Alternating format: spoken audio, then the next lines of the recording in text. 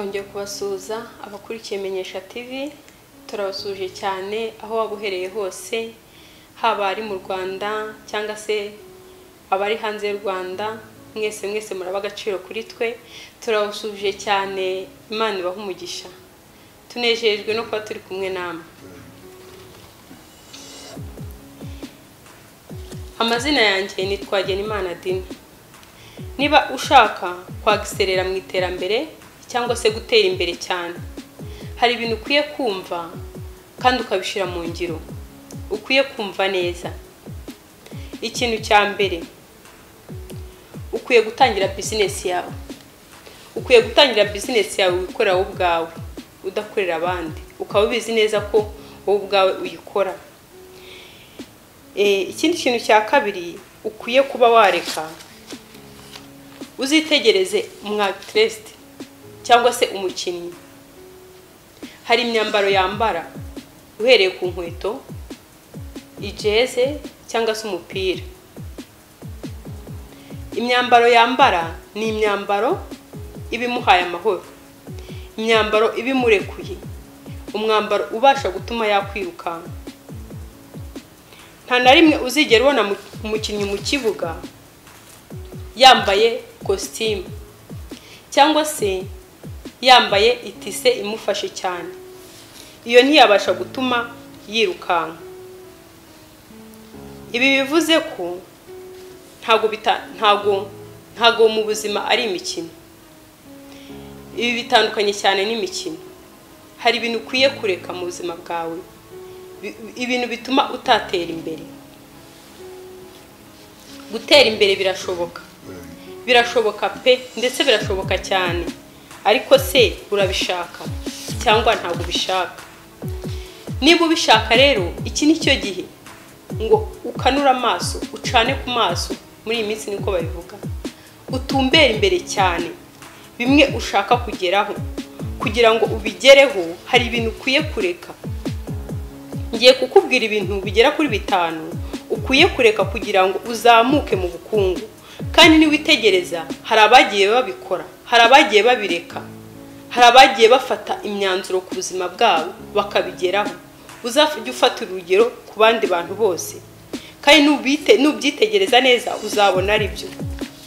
Ikintu cya mbere ukwiye gukora, kudatinda mu kazi k'abandi, kudatinda ukorera abandi, kuba gushaka icyo ukora cyawe bwite, ukamenya ngo ndikorera, ukamenya ngo mpombera, ukamenya ngo nungukira, ari wowe ubwawe wikorera. Ibyo bizagufasha kuzamuka cyane mu iterambere, kuko ari wowe uzaba wikorera. Kuko iyo ukorera abandi utinda nyine ubafasha. Dukwiye gukorera abandi, yego nibyo, ariko uko tubakorera tugashaka igishoro tugomba kwifashisha dutangiza business yacu. Cyangwa se ugakorera abandi ako nawe ufite ahantu aka business kawe wikorera, ari wowe ubwawe ukigenzurira. Ibyo bizadufasha cyane. Iyo twikorera twunguka ubwenge, wunguka ubumenyi, hari byinshi wungukira mu kazi kawe. Ikintu cya kabiri dukwiye kureka, ukwiye kureka umubano w'abantu batari ngombwa. Hari abantu baba bari mu buzima bwawe ntacyo bakumariye. Ukwiye gushaka inshuti nziza. Rimwe na rimwe ushobora kubaza umuntu uti mbwira abantu 5 mugendana. Ukibona abantu 5 bagendana ugahita umenya uwo ari we ndembese. Abantu mugendana bagaragaza uwo uri we. Ukwiye gushaka inshuti nziza, cyangwa se ufite mbi ukazireka kugira ngo uzamuke. Ya nshuti zakubwira mu gitondo ngo ngwino tujye gusohoka, ngwino ujye kungurira, ngwino nkugurira akantu, mugatakaza igihe mu bintu bitari ngombwa. Izo nshuti ukwiye kuzireka. Ibigare, agakungu, hari ibintu dukwiye kureka. Icyo cyari icya kabiri. Icya gatatu ukwiye kureka, hagezweho imbuga nkoranyambaga. Imbuga nkoranyambaga tuzijyaho cyane, ariko se uzireberaho biki? Ni ibiki biba biguhugije? Ufata telefone usunika uzamura umanura, uri kuri TikTok. Ese ibyo ureba bikumarira iki? Birakwigisha? Hari aho kuvana naho bikugeza? ku mbuga nkoranyambaga ni nziza pe, turanazikunda cyane.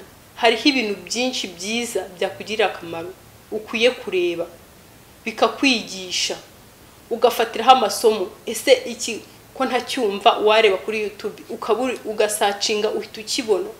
Ariko se nimba ujyaho ukajya mu bitagira umumaro, mu mafoto y'urukoza soni, ibintu bitaguhesheje agaciro, ugasanga umazeho amasaha 5 nta kintu ungutse mu mutwe wawe, nta cyo ungutse wabwira abandi, ahubwo warebaga ugaseka gusa.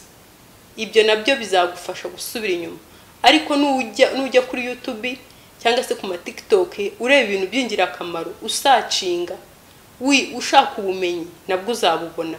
Ariko nujya mu bitagira umumaro ntabwo uzazamuka. Uzazamurwa no kureho ibintu by'ingenzi byingira akamaro. Ntuteze abandi imbere ngo we witeze inyuma, ahubwo ukwiye kubateza imbere nawe witeze imbere mu by'ubwenge. Icyo ni cya gatatu. Cya kane, ikindi kintu ukwiye kuba wakata mu buzima bwawe burundu, ukagikata mu buzima bwawe, ni ukugira ubwoba no gucika intege. Bibaho pe, mu buzima ducika intege, ukavuga uti se ninkora business nkahomba. Yego urayitangira uhombe pe, umunsi wa mbere urahomba, uwa kabiri ugahomba, ariko uko ukomeza gukora n'Imana iguha umugisha.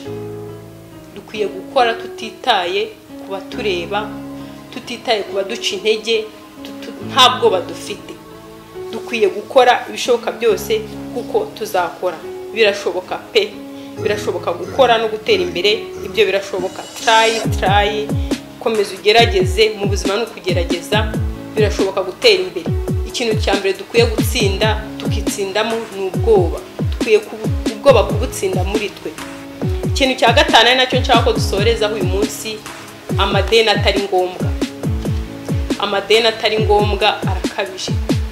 Dukwiye kugira gahunda mu buzima bwacu, ukamenya ngo uyu munsi nkeneye ibi.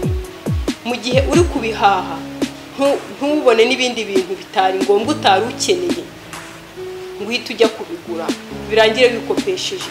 Ayo madeni atari ngombwa ntabwo yatuma uzamuka, ahubwo nawe ukwiye kuyareka, ukamenya ibyo ukeneye mu buzima bwawe, akaba ari byo ukoresha, ukibabaza kugira ngo ugire aho uzagera. Murakoze cyane. Uyu munsi nibyo bintu by'ingenzi twe twabateguriye. Tugiye kubategura n'ibindi, tuzakomeza kugenda tubyumva. Ako dukwiye gufata imyanzuro, ni wowe gufata umwanzuro ku buzima bwawe, ni wowe gufata umwanzuro ku business yawe. Murakoze, nakagaruka.